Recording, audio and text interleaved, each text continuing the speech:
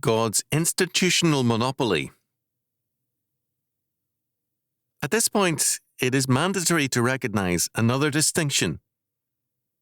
Just as stewardship encompasses both the calling and charity, so the concept of the kingdom of God includes the work of the institutional church and the godly activity of Christian men in all other legitimate human institutions. This point was made clear by the great Dutch thinker Abraham Kuyper when he developed his concept of sphere sovereignty. The Roman Catholic Church is erroneous in equating the kingdom of God with the institutional church. The kingdom is something far wider than the mere dispensing of the sacraments. It involves the work of Christians in all their various activities. A crucial question now appears. Is the institutional church primarily under the rules governing those aspects of the kingdom concerned with profit-making business, or is it more properly under the rules governing the charitable organization? The official answer of the churches has to be that the second alternative is the valid one. The business of the church is not the profit and loss statement. The business of the church is the spreading of the gospel, collective worship under godly discipline, and the administration of the sacraments. The concern of the institutional church is with spiritual income and economic giving. Its concern, unlike the Christian business, is not with spiritual income through economic residuals. Unlike the American fundamentalists' claim that full-time Christian service is limited to the affairs of the institutional church or its missionary appendages, the Calvinist recognizes the validity of all godly callings as full-time Christian service. But the principle of sphere sovereignty requires that we distinguish the nature of each calling in contrast to all others. That which is valid for the Christian businessman is not always valid for the church elder or seminary administrator. Simply because all godly callings are valid, we are not allowed to conclude that all of them are identical. They are governed by different rules, and their successes and failures are estimated by different standards.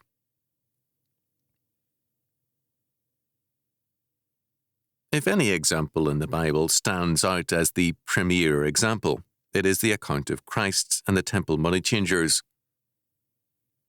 The money changers, as the name indicates, were in the business of foreign currency exchange. Part of the annual sacrifice requirements of the Mosaic Law was the offering of a census payment of half a shekel of silver. Exodus chapter 30, verses 12 to 15. Jerusalem was flooded with visiting Hebrews from all over the Mediterranean during the Passover, adding to an already diverse population. Compare Acts chapter 2, verse 5 following. Various coins from many lands would have to be converted to the proper offering, the shekel.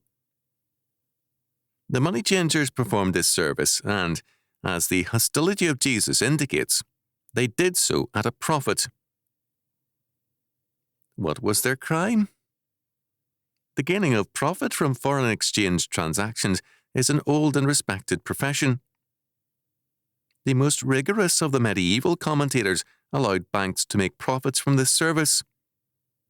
This was considered banking's foremost legitimate function. Why the overwhelming hostility of Jesus against them? The reason almost certainly lies in the location of their tables. They were set up in the outer court of the temple. The presence of the temple added an obvious, unmistakable aura of holy sanctity to the men whose services were being offered there. The visiting Hebrews would not have to deal with Gentile money changers on the outside. They could trust the men of the temple, or so they thought.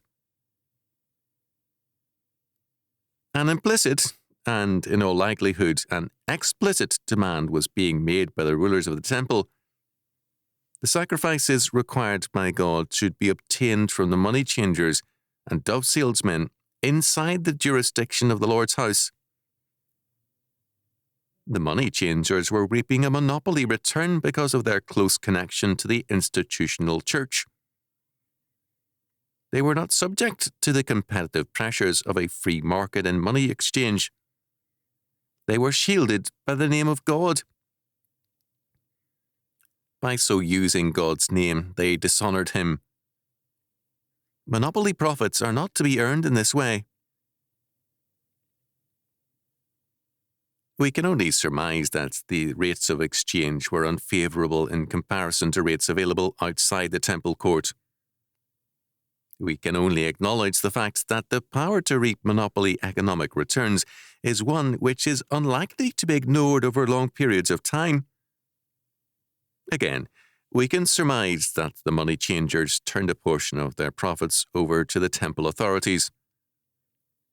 It would seem reasonable that temple authorities would demand a cut of monopoly returns that had their origin in the very aura of the temple. It is possible that the money changers were even salaried employees of the temple. But whatever the concrete economic arrangements, Christ's words made their position in God's eyes quite clear. It is written, "My house shall be called a house of prayer, but ye have made it a den of thieves." Matthew chapter 21, verse 13.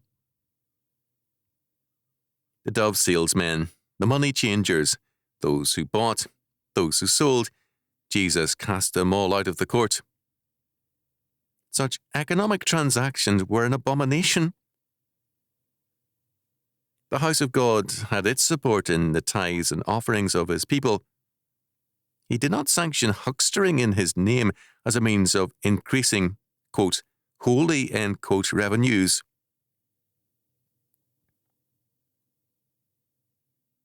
The institutional church is the means of preaching the gospel, disciplining the saints, and administering the sacraments. It is quite openly a spiritual monopoly. It is the monopoly in men's affairs. Christ made it clear that this position of monopoly is not to be exploited by men for their own profit.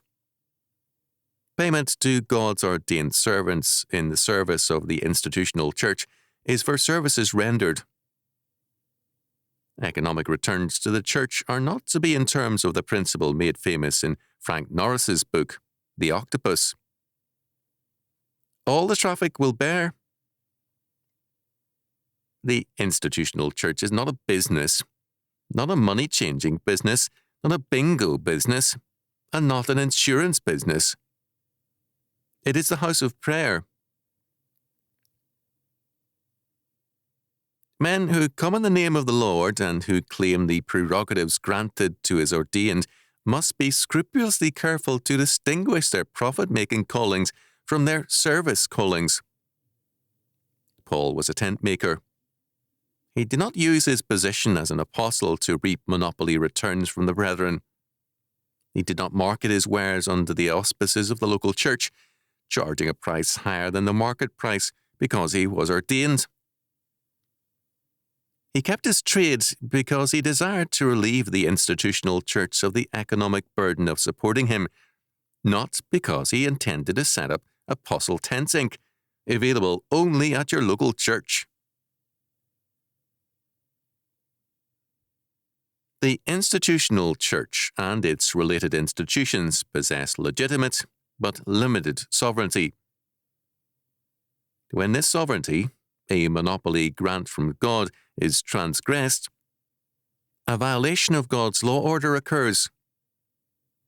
The institutional church then becomes a destroyer, a thief. The institutional church is not a business, it is the house of prayer.